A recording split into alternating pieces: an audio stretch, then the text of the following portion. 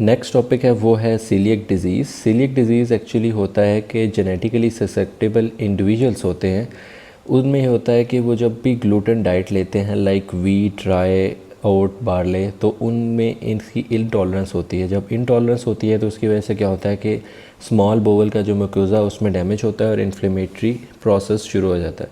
होता ये है कि ग्लूटेन होता है, उसके अंदर होता है ग्लाइडन।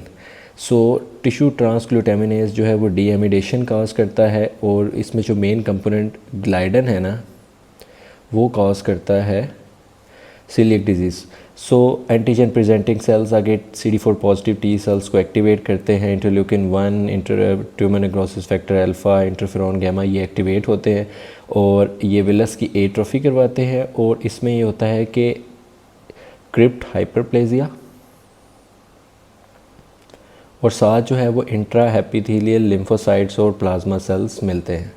सो ये 3 मॉर्फोलॉजिकली हिस्टोलॉजिकल पॉइंट्स हैं। नेक्स्ट थिंग ये है कि क्लिनिकल फीचर जिस तरह ये प्रेजेंट करेंगे, अगर इन्फेंट्स हैं तो 1 साल से कम है तो उसमें डायरिया और मॉल अब्जॉर्प्शन के फीचर्स आएंगे। चिल्ड्रन हैं तो उसमें ग्रोथ रिटार्डेशन क्योंकि मॉल अब्जॉर्प्शन सिंड्रोम है, सो डिलेड ग्रोथ और स्टेचर शॉर्ट होगा और साथ साथ वही एब्डोमिनल डिस्टेंशन माइल्ड। अडल्ट्स में ये होगा कि इसमें फ़ीमेल मोर अफेक्टेड होती हैं, लेकिन साथ साथ एब्डोमिनल डिस्टेंशन हो जाएगी, वेट लॉस होगा। अब इसमें डिफरेंट टाइप्स ऑफ विटामिन जो हैं वो लॉस होते हैं, सो उसकी वजह से जो है वो विटामिन डिसऑर्डर्स हो सकते हैं। फोलेट और आयरन डेफिशिएंसी और विटामिन B12 की डेफिशिएंसी की वजह से अनीमिया हो सकता है और अल्सरेशन हो सकती है, एंगुलर स्टोमेटाइटिस, डिफरेंट राइबोफ्लेविन की डेफिशिएंसी से, कैल्शियम की डेफिशिएंसी से ऑस्टियोपोरोसिस हो सकता है।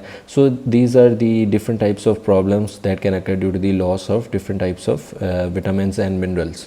सो अब एसोसिएशन ये ऑटो इम्यून डिसऑर्डर्स के साथ होती है लाइक इन्फ्लेमेटरी बाउल डिजीज़, कोई ऑटो इम्यून थायराइड प्रॉब्लम है, auto immune CLD liver disease है। सो ये एसोसिएशन आपने चेक कर ली है कि अदर कोई ऑटो इम्यून डिसऑर्डर तो नहीं है इसमें। इन्वेस्टिगेशंस में ये है कि सबसे पहले जो हम करवाते हैं वो तो बेसिक बेसलाइंस है लाइक हेमाटोलॉजी और बायोकेमिस्ट्री। अब होता ये है कि CBC करवाएंगे, उसमें हमें एनीमिया का मिलेगा कि माइक्रोसिटिक है या मैक्रोसिटिक है, और अगर हाइपोसप्लेनिज्म है। अब ये चीज़ याद रखनी है कि इसमें सप्लेनिक एट्रोफी होती है जिसकी वजह से हमें साइंस के मिलेंगे होवल जॉली बॉडीज़ और टारगेट सेल्स है, हाइपर सेगमेंटेड न्यूट्रोफिल्स मिल सकते हैं ड्यू टू मैक्रोसिटिक एनीमिया। और अदर काज ये है कि कैल्शियम और मैग्नीशियम की जब डेफिशिएंसी होती है उसकी वजह से बोन प्रॉब्लम होगी। सो नेक्स्ट थिंग ये है कि हाइपोप्रोटीनीमिया होगा और उसके बाद ये विटामिन की डेफिशिएंसी और एल्ब्यूमिन की डेफिशिएंसी भी हो सकती है लाइक डायरेक्ट विटामिन D की डेफिशिएंसी हो। अब जो टेस्ट हमने इनके लिए करवाए हैं वो क्या क्या है कि लाइक माइक्रोसिटिक और मैक्रोसिटिक के लिए B12 और फेरेटिन, आयरन और B12 के लिए, बोन के लिए जो है वो हमने कैल्शियम लेवल करवाया और अल्कलाइन फॉस्फेटेज, और इसी तरह रेड सेल्स की फोलेट लेवल चेक करेंगे फॉर अनीमिया। सो ये जो है बेसिक टेस्ट हैं। अब बोन डिसऑर्डर के लिए बोन डेंसिटी लाइक फीमेल्स में मोर कॉमन है तो ये पोस्ट मेनोपॉजल वुमेन में ये चेक करेंगे। लेकिन जो इसकी स्पेसिफिक सीरोलॉजिकल टेस्टिंग है वो है एंटीबॉडीज़, और उसमें भी इनिशियल जो हम करवाते हैं वो एंटी टिश्यू ट्रांसग्लूटामिनेस एंटीबॉडीज़, ये IgA एंटीबॉडीज़, ये इनिशियल टेस्ट है along with IgA anti endomysial antibodies. उसके बाद जो है वो साथ हम एंटी ग्लाइडन एंटीबॉडीज़ भी करवा सकते हैं। लेकिन याद रखना है कि IgA पहले होता है इनिशियल टेस्ट, देन IgG आता है। सो गोल्ड स्टैंडर्ड टेस्ट जो है वो है ड्यूडेनल बायोप्सी, डिस्टल ड्यूडेनम या प्रॉक्सिमल ड्यूडेनम की करवाते हैं। इसमें विलस एट्रोफी और इंट्राएपिथेलियल लिम्फोसाइट्स हमें मिलेंगे।